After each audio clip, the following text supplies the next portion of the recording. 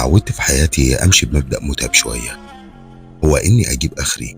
بجيب آخري في عطاء وفي جهد وقبول وتقبل وتنازل، حتى الزعل برضه لازم أجيب آخري.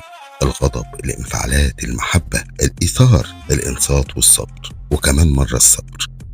بفضل أجيب آخري في احترامي لك وفرص حسن النية لآخر نفس، لحد ما يظهر الوش الحقيقي للشخص ده. زي ما تقول كده بستنى هو كمان يجيب آخره، ووقتها بيبقى حاجة من الاتنين: يا إما الأيام هتثبت لك إنه فعلا جدير باحترامك وإنه كان عند حسن ظنك بيه، أو العكس تماما، وتكشف لك المواقف والأيام إنه ما كانش قد الثقة ولا الاحترام ولا التقدير ولا التعامل بأدمية من الأساس.